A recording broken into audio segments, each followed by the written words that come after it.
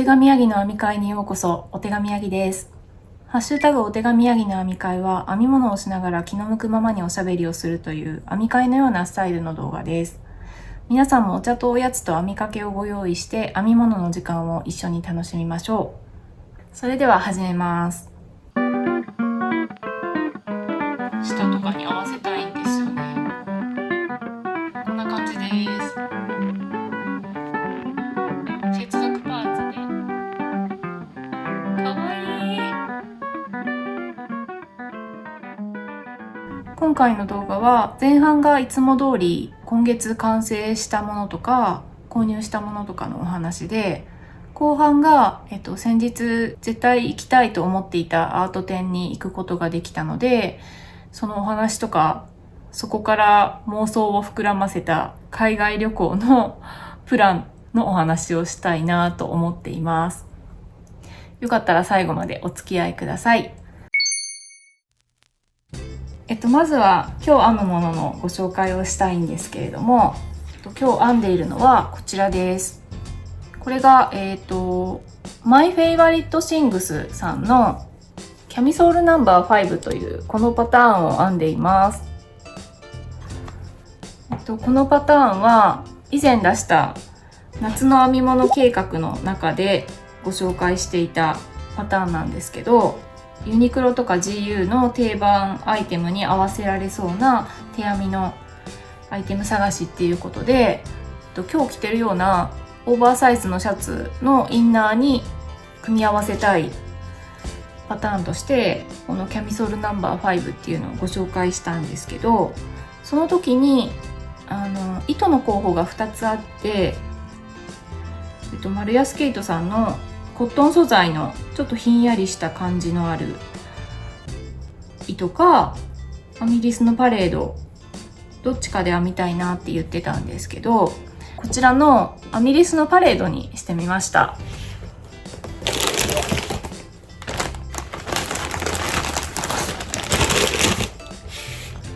で、今は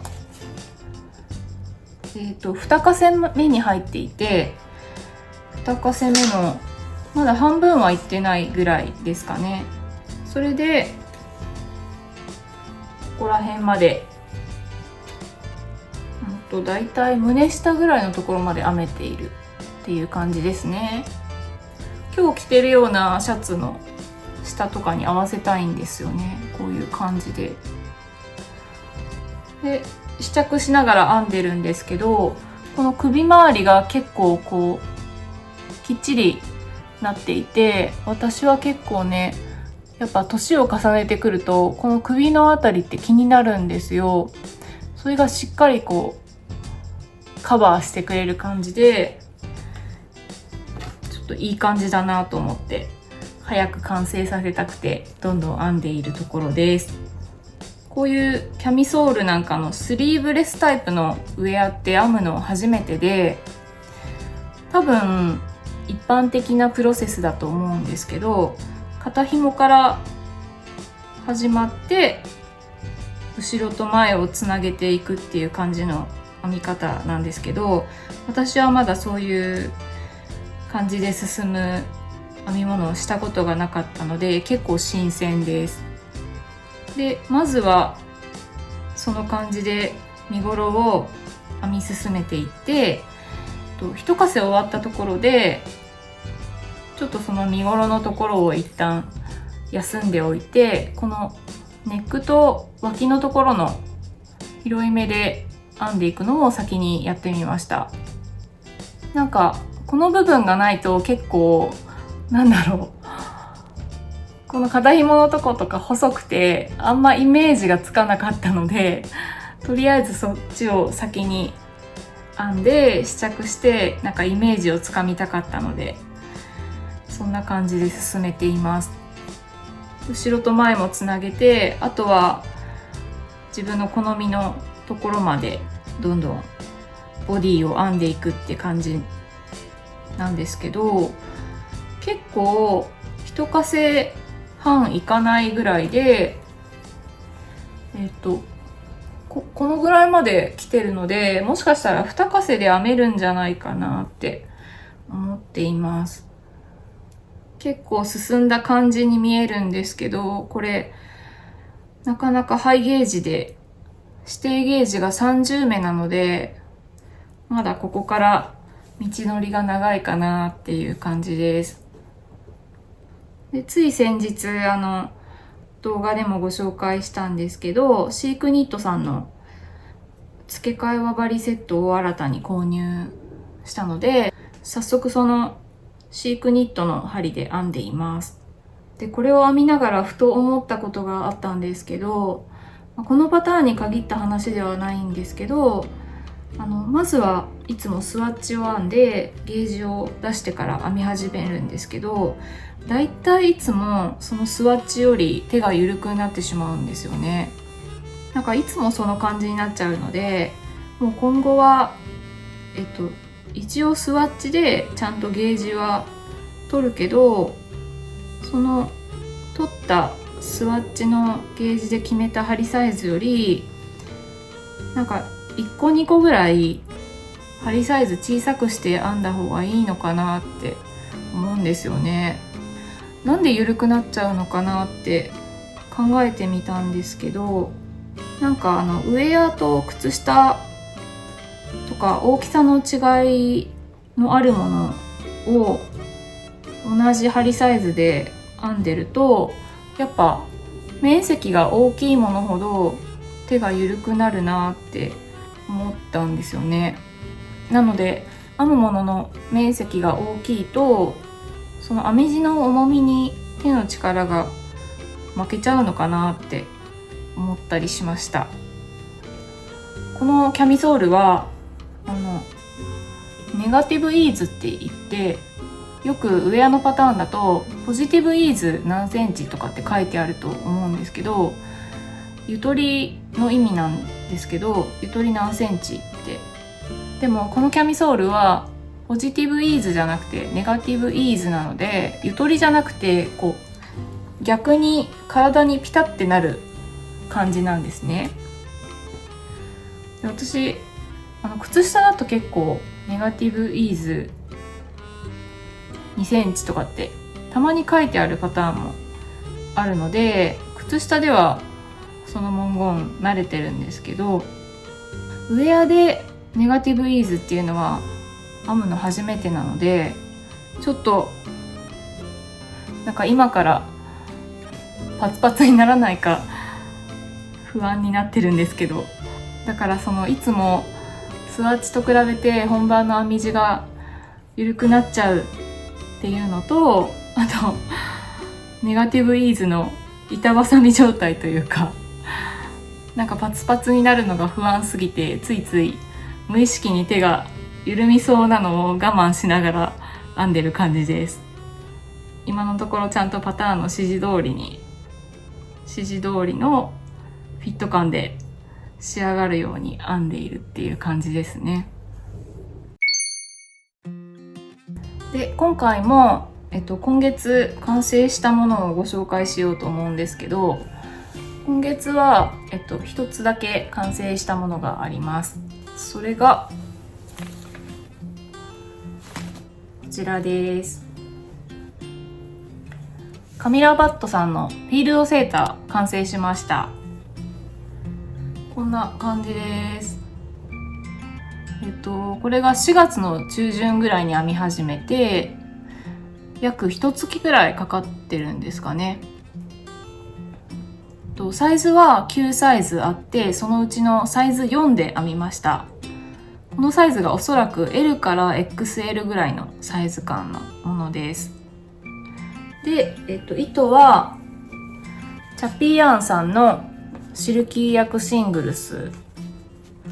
この糸、色味がスカーレットっていうレンガ色っぽいちょっとくすんだ赤みのある色ですね。それとこのケイトさんアルパカケイト専門店のケイト屋さんのケイトっていうお店で購入した、これもすごい似た感じの色合いの、これはマンダリンっていう色の名前ので、細さが2/28番手っていう超極細の糸、この2つを引き揃えて編みました。チャピーアンさんのシルキー薬シングルスの方は3かせ買ってて、で、2かせは使い切って、最後の1かせが結構余りましたね。半分以上余ってると思います。なので実質2かせちょっとでできてるんですね。で、ケイトさんの方は、でもこれもすごい細い糸なので結構余ってはいると思います。っていう感じの糸量はそのぐらいでできてます。それで仕上がりサイズは身幅56センチ、着丈58センチですね。水通しした後測ったサイズでそれぐらいで、これが手が緩むことなくほぼパターンのサイズ4の指示通りにできてるかなと思います。ちょっと着てみようと思います。着てみた感じがこんな感じです。割とゆるっとしてるんですよね。袖の太さとかはまあまあぴったりなんですけど、身幅はこんな感じでちょっとゆるっとしてるかなと思います。このパターンを編んでみて難しかったのはやっぱりこのヨークのところのグレインって呼ばれているパートですね。これが、パターンの中に中断するときはメモなどを残しておくことをおすすめするってわざわざ書いてあるくらいで、何段目を編んでるか見た目で判断が難しいので、それが結構難しいなって思いました。あとこの一個一個の細かい玉編みが、これが結構すくうのが難しい玉編みだったので、そこも難しいなって思いました。なので、ここら辺までは割と神経を使ったなっていうのが感想です。このウェアは前後差があって、前後差は、背中の部分に、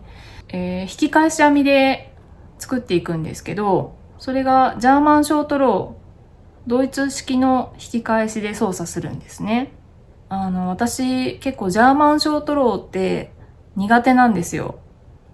あんまり今まで綺麗にできたことがなかったので、ラップ&ターンに変えようかなってちょっと迷ったりしたんですけど、結局指示通りにジャーマンショートローにしてます。その結果、やっぱうまくできなくて穴が開いちゃったんですね。ちょっと着替えてその穴を見せようかなと思います。そのショートローの失敗しちゃったなっていうところを見せようかなって思ったんですけど、なんかどこにあるか分かんなくなりました。仕上げの時に結構その穴が開いたところの周辺の糸を引っ張って緩みをこう逃がしていったので、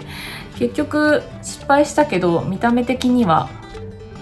なんか何事もなかったかのように成功してますね。引き返し編みの種類で皆さんも結構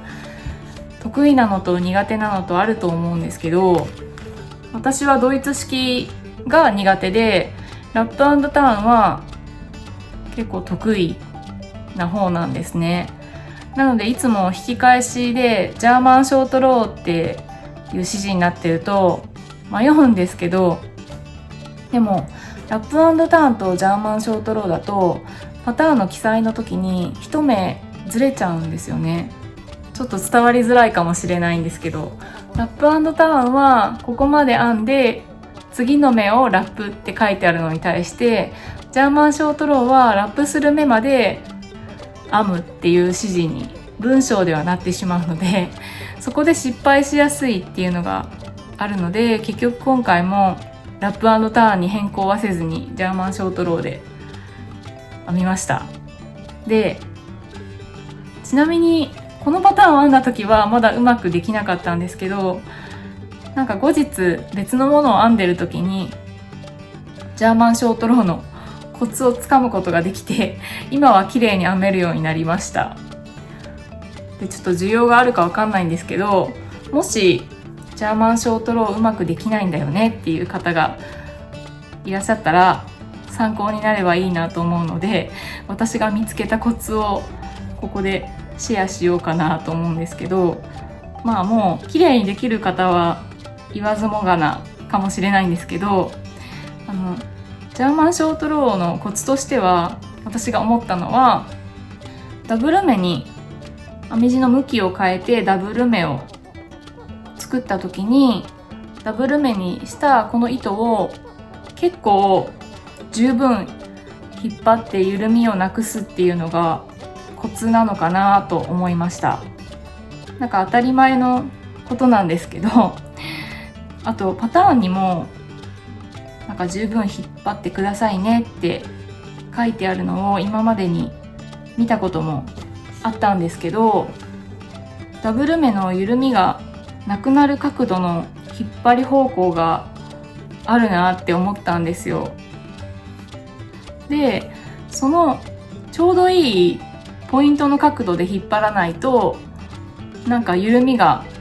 取れないなっていうのに気づいて、ちょっと口で説明するのは難しいんですけど、ダブル目にした時に引っ張る方向でキュッてちゃんと引き締められる角度っていうのがあるんですよねと私は個人的に思ったので、もしうまくできなくて悩んでるっていう方がいらっしゃったら、ちょっとそんなことを気に留めながらやってみると、もしかしたらうまくいくかもしれないです。はい、ということで、ここからは今月購入した編み物関係のものを一つあるので、それをご紹介しようかなと思うんですが、今も使っているこのシークニットさんの付け替え輪針を買って使ってみて、これ編んでる時に思ったんですけど、このボディを休ませておいて、ここを編むってなった時に、ストッパーとかやっぱ小物類、アクセサリー関係必要だなって思ったんですよ。なので、先日購入したこの付け替え輪針のために、いろんなストッパーとか接続パーツとか細々したものを買い足しました。で、すごいいっぱい種類があるんですけど、購入したのが、まずストッパーがこのシークニットさんの付け替え輪針ってコードのサイズも、コードもネジ穴のサイズで3種類に分かれていて、なので結構同じものをサイズ違いで揃えようと思ったら複数買わないといけないっていうのがあって、なので、今回は私は一番細い M1.8 っていうサイズと中くらいの M2 のサイズでストッパーを一組ずつ購入したのと、あとコードとコードをくっつけるときに使う接続パーツですね。これも M1.8 サイズと M2 サイズのものを一組ずつと、それと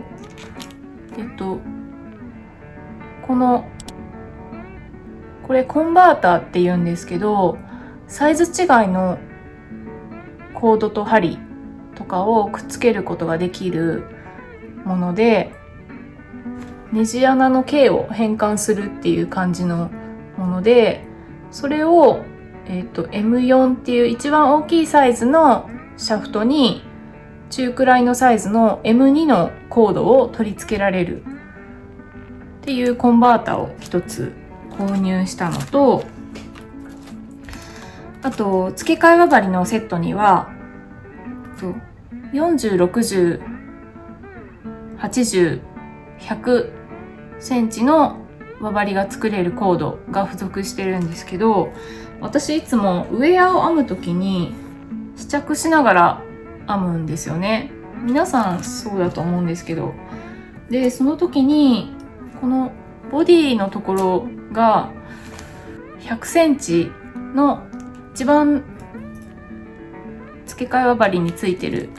中で一番長いコードを使ってもちょっと着る時になんか目が針から抜けそうになる感じがするので、なんかもっと長いコード買っとこうかなと思って、この125センチっていうのがあったので、これも M1.8 と M2 サイズ1組ずつ購入してみました。今回のこのキャミソールを編んでる時に一回この125センチのコードを通してみたらちょっと長すぎたんですよね。やっぱこれはネガティブイーズのウェアなので、そのコードでは今回はちょっと長すぎたので、今は100センチのコードで編んでいます。でもその冬物のね、結構ゆとりのあるサイズのウェアとかだと、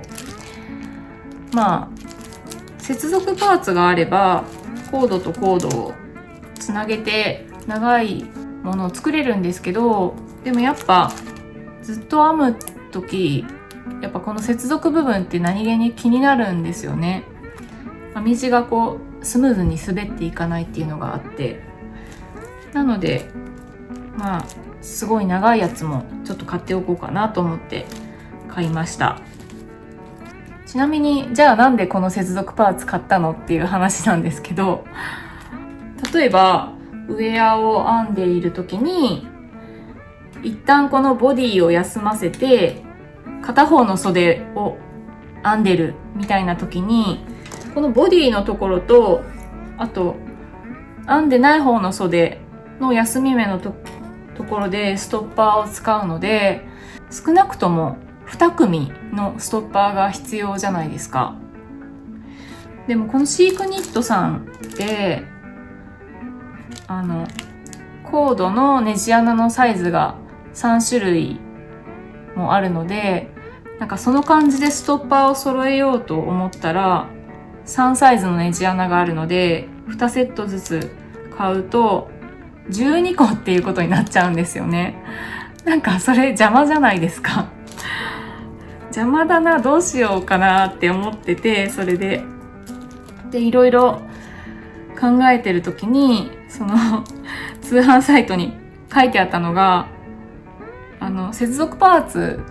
この1本のコードの両側に接続パーツをくっつけてこう輪っかにした状態で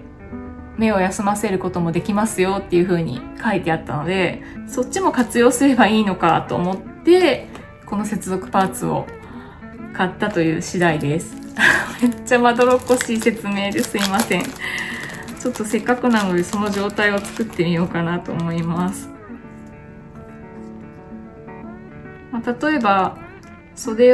片方の袖を編んでいる時に編んでいない方の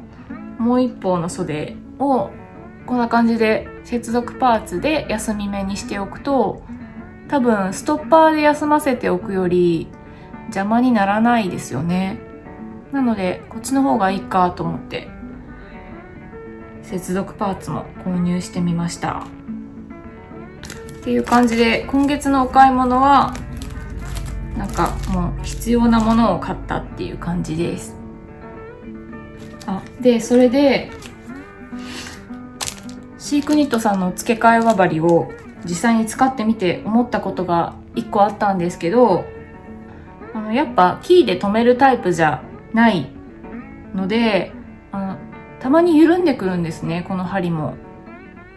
なのでマインドフルの針も緩みやすいので、チャオグーのラバーを使って締めてるっていうお話をどこかの動画でしたような気がするんですけど、このシークニットさんの輪針もちょっとラバーを使って締めた方が安心っていうことで、でもチャオグーのラバーをね毎回出すのが面倒だなって常々思ってたので、今回この100均でね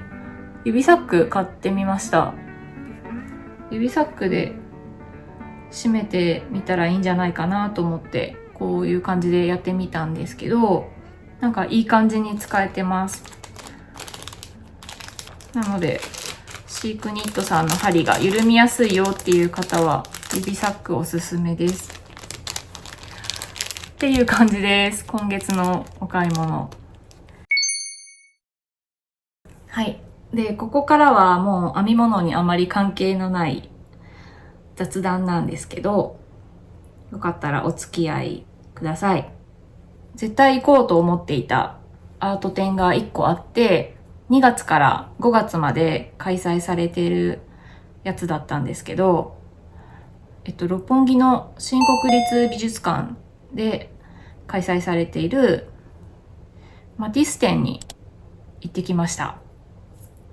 なんかこれまだ始まってない今年の1月くらいにチラシを見て、これ絶対行きたいなって思ってたんですけど、なんとなくちょっと遠いっていうのもあって、いつ行こうかなって思いながら、なんか結構時間が経っちゃって、もう終了間近になってきた時に、あ、やばいと思って駆け込みで見に行ってきた感じだったんですけど、以前何かのテレビ番組でフランスのニース地方っていうところにマティスが制作した教会があるっていうのを何かのテレビ番組で見て、それがすっごい綺麗でいつか行ってみたいっていう憧れの場所だったんですね。で、今回のその新国立美術館で開催されるマティス展では、マティスが制作した教会の内部を再現したっていう展示があるみたいで、それがあって絶対に行きたいなって思っていた展覧会だったんですね。で、私マティスにはそのエピソードとは別にもう一個思い出というか心に残っていることがあって、私昔アート系の専門学校に通っていた時期があったんですけど、その学校で一番最初に受けたクラスでの一番最初の課題っていうのがそのマティスを題材にしたものだったんですね。マティスの作風でよく語られるワードに字と図っていうのがあるんですけど、対象のものがあってその背景のことを字と図って呼んでいて、そのマティスの作風はその字と図が混然一体じゃなくて、こう字と図がだんだん入れ替わるっていうのが特色としてあって、なのでその授業の課題ではマティスのその作風を理解するために実際にマティスの技法に倣って色を塗った紙をいろんな形に、無作為な形に切ったものを組み合わせて一つの造形物を作るっていう内容の授業だったんですけど、なんかそのマティスの作風が好きとか嫌いとかは当時全然なくて、それは別としてやっぱりその学校に入って一番初めに取り組んだ課題っていうことがあって、すごい記憶に刻まれている画家なんですね。で、そんなことがあってからなんとなくずっとマティスっていう名前は心に刻まれていたんですけど、それからかなりの時を経てそのマティスが制作した教会の存在を知って、でそこでマティスが大好きな画家になったんですよね。という感じの思い入れがあったので行ってきたんですけど、月曜日に行ってきたので結構人少なくて見やすいかなって思いながら行ってきたんですけど、なんか月曜だけど外国人の旅行者さんたちで割とごった返してました。なので土日行ったらすごいことになるんじゃないかなって思ったんですけど、でもまあ上野とかに比べたらまだマシな方かなとは思いました。で、展示の内容はもう本当に素晴らしくて、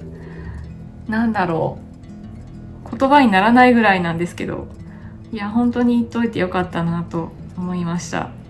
で、その一番楽しみにしていた教会の内部の再現は、行く前は正直レプリカなんでそこまで期待はしてなかったんですけど、後から調べたところによると実際の教会の内部は撮影禁止なんだそうなんですよ。なので、似せて作られた空間だとしても結構貴重な展示だったんじゃないかなって思いました。そのステンドグラスの一番綺麗に見える時間帯はだいたい11時台って言われていて、そのステンドグラスから差し込む光の方向もなんかこう時間によって経過する様とか表現されていて、すごい素晴らしかったです。で、その他の絵の展示は年代順になっていて、初期からだんだん晩年に向かって進んでいく感じなんですけど、アトリエに飾ってあった大きなタペストリーとか調度品とかの展示もあって、その実際の調度品の隣にそれが絵に描かれている作品も隣り合って展示されていたので、まるでその場にタイムスリップしたような結構臨場感を感じる作りになっていました。あと展示の合間合間に制作風景、マティスの当時の写真とかもあって、マティスって晩年に結構大きい作品になっていくんですけど、教会のステンドグラスをはじめ、舞台装置のデザインとかも手掛けていたりするんですね。なので結構制作物が大きくなっていくんですけど、その制作風景の写真が結構面白くて、なんかどうやって描いてたかというと、長い竹竿の先に木炭とか筆を固定して、それでこう上の方のスペースに描いてたみたいなんですよね。そこまでして大きい作品に挑んでる姿、すごい情熱を感じる写真で、そういうのを初めて見たので、それもすごい面白いなと思いました。で、教会の制作はマティスの遺作なんだそうなんですよ。私そのステンドグラスぐらいしかあまり知らなかったんですけど、教会の建物に飾る絵とかだけじゃなくて衣装もデザインしていて、そのデザイン画もすごいたくさん展示されていて面白かったです。で、私そういうアート展に行くと毎回ミュージアムショップがすごい楽しみで、今回もいくつか購入してきたものがあるんですけど、ちょ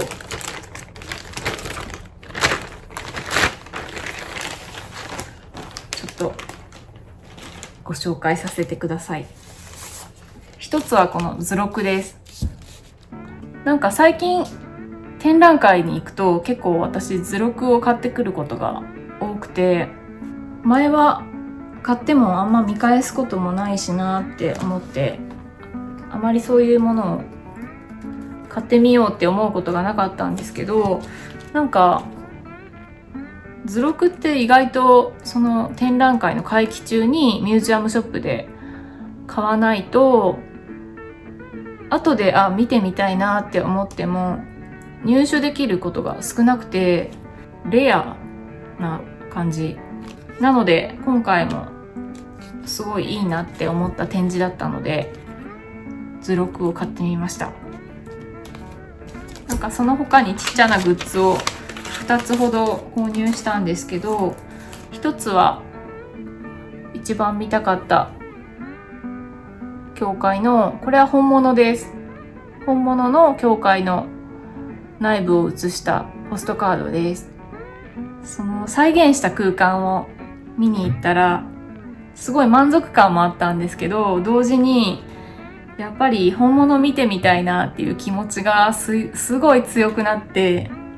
なのでいつか行けますようにっていう願いを込めて、なんかこれいつでも部屋の中に置いといて見れるように買ってみました。で、もう一個はこのピンバッジです。かわいいですよね、これ。これさっきのシークニットさんの付け替え輪針のニードルケースにつけたら可愛いかなと思って買ってみました。どこにつけようかな。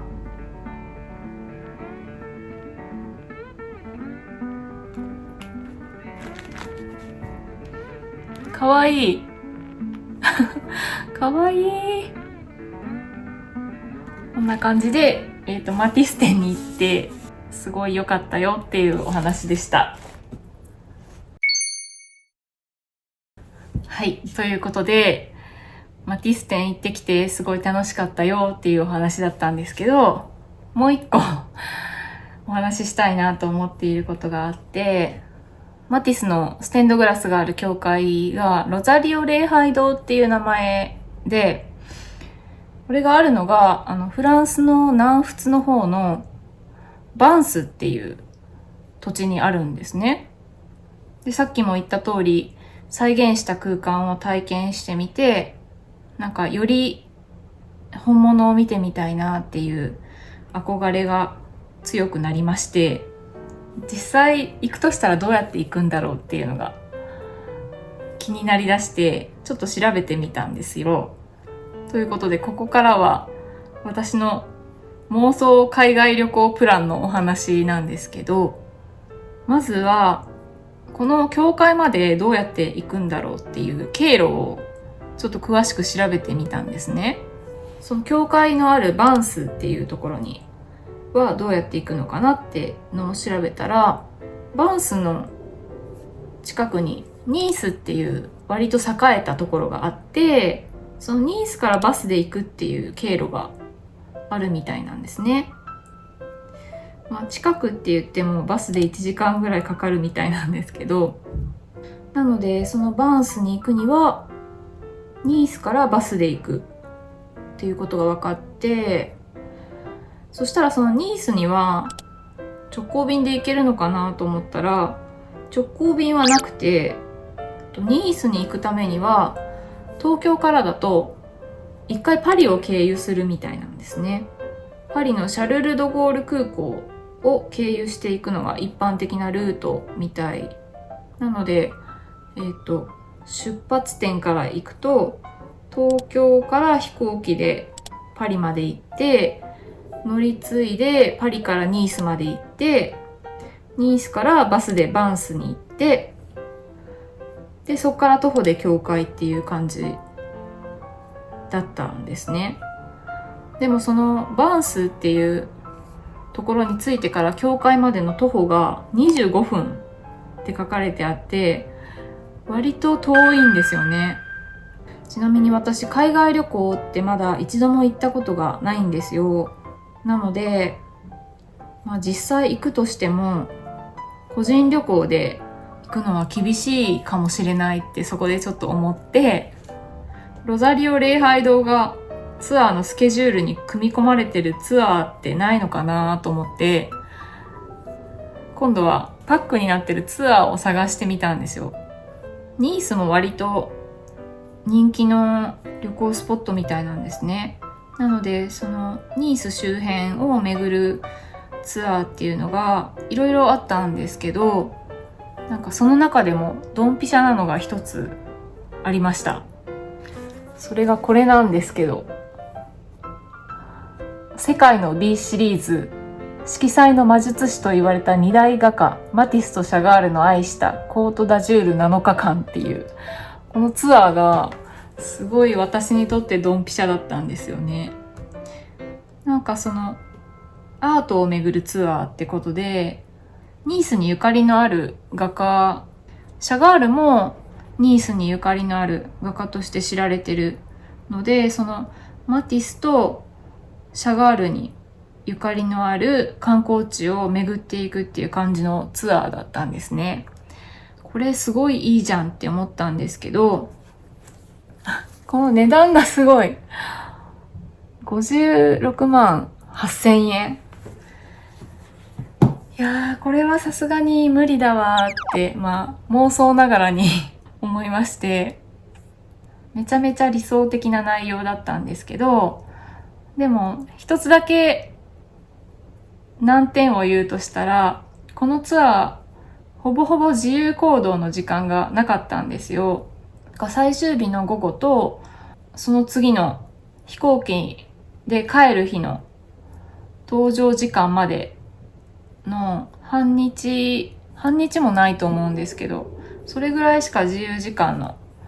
スケジュールが入ってなくて、なのでもうちょっと自由時間があってもいいよねって思って、自由行動多めなプランを見てみたんですけど、それも割と結構いっぱいありました。で、中でもいいなって思ったのが、このニースだけじゃなくて、ニースとパリを両方行ける7日間のツアーっていうのがあって、これだとさっきのなんかがっつり工程が決まってるプランと比べたら、半額ぐらいになるんですね。なんかこれだったらギリギリ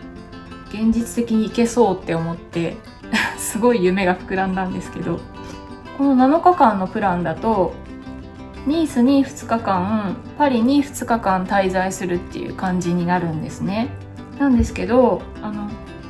ニースとパリって結構距離があるんですよ。見た感じだいたい東京から北海道ぐらいの距離感はありそうな感じなんですけど、パリはフランスの中でもちょっと北の方にあって、ニースは逆に南の方にあるんですね。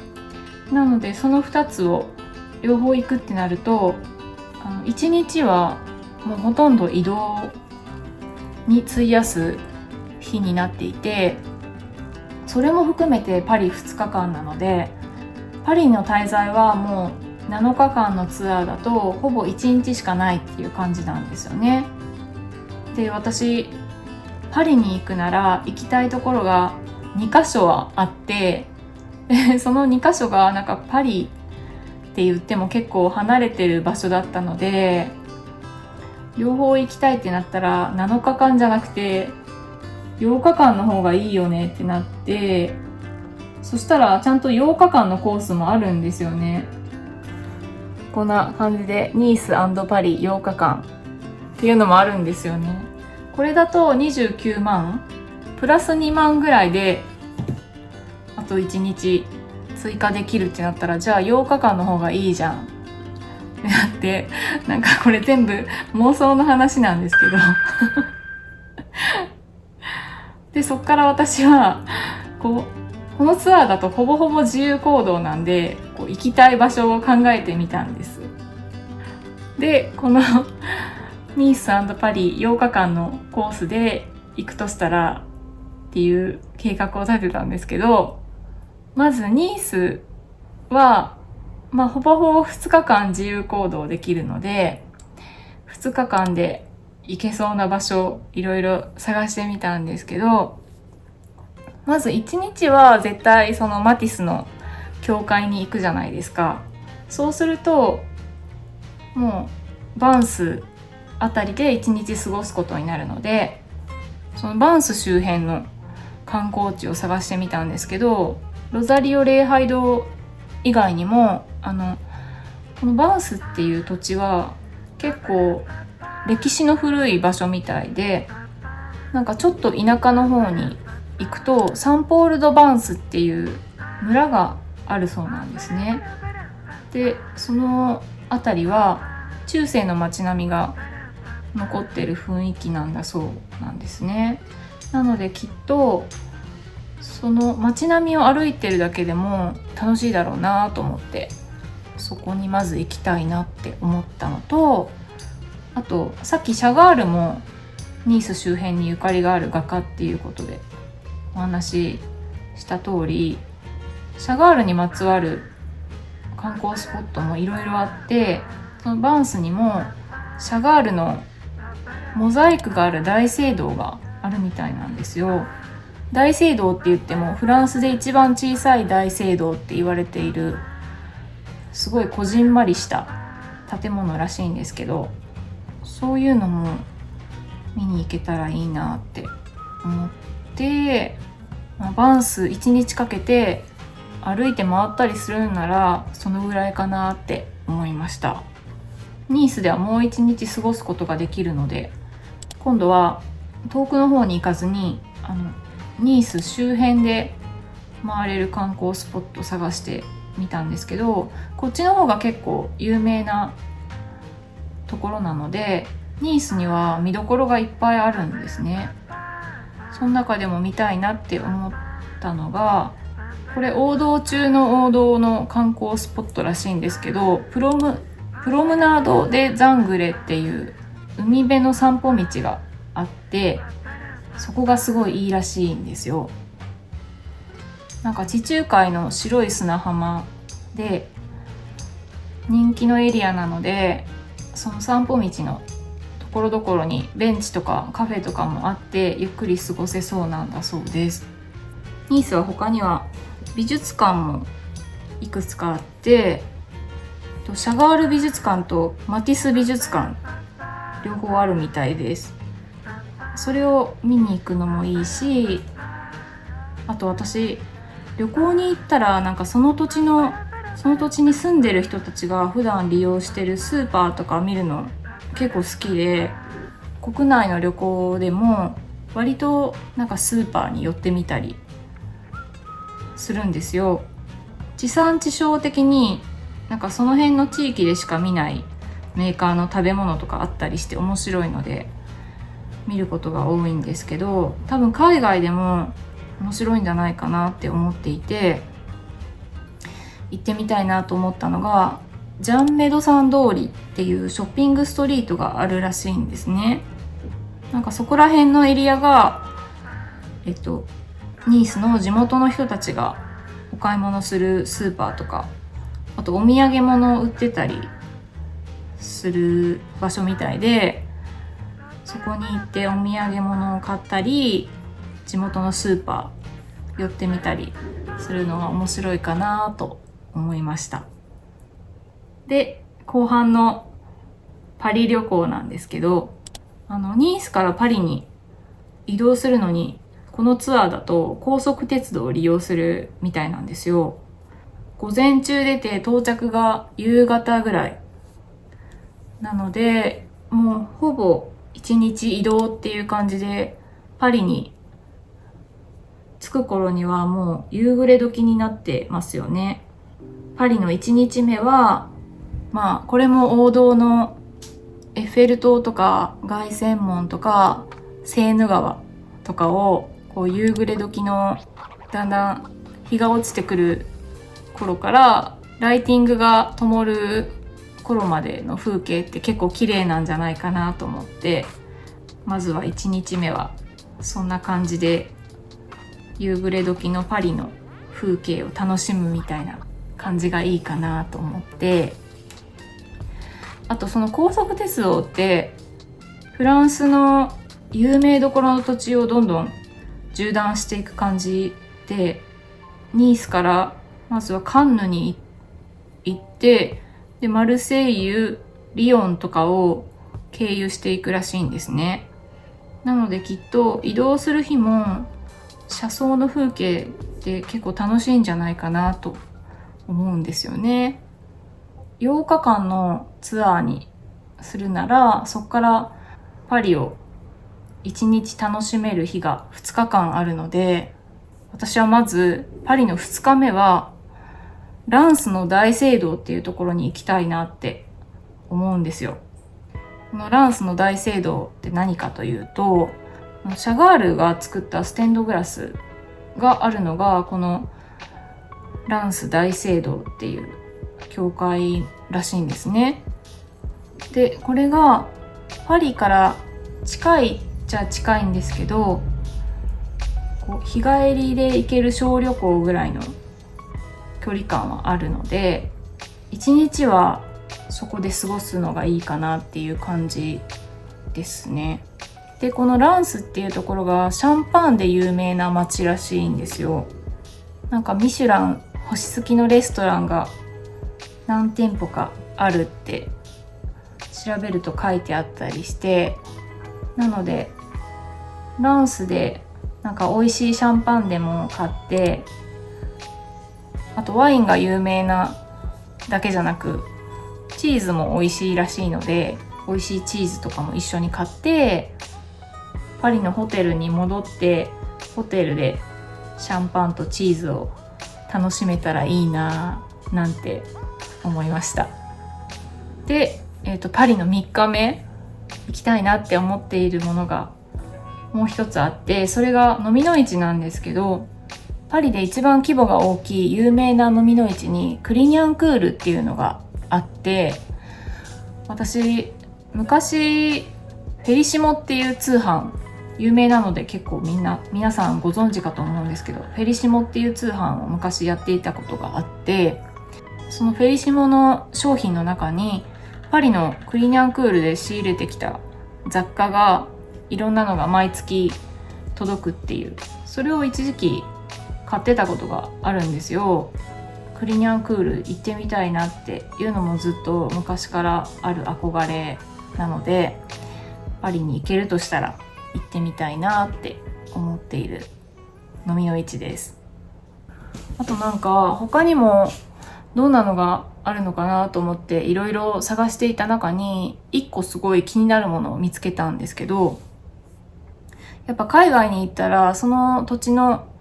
手芸屋さん巡りもハンドメイド好きな方だったら行ってみたいなって思うんじゃないかなと思うんですよ。私もそう思ってパリってどんな手芸屋さんがあるんだろうって思ってちょっと調べてみたんですけど、なんかやっぱいろいろあるんですね。その一個一個を探して巡っていくのもいいなって思ったんですけど、探していた中でパリで開催される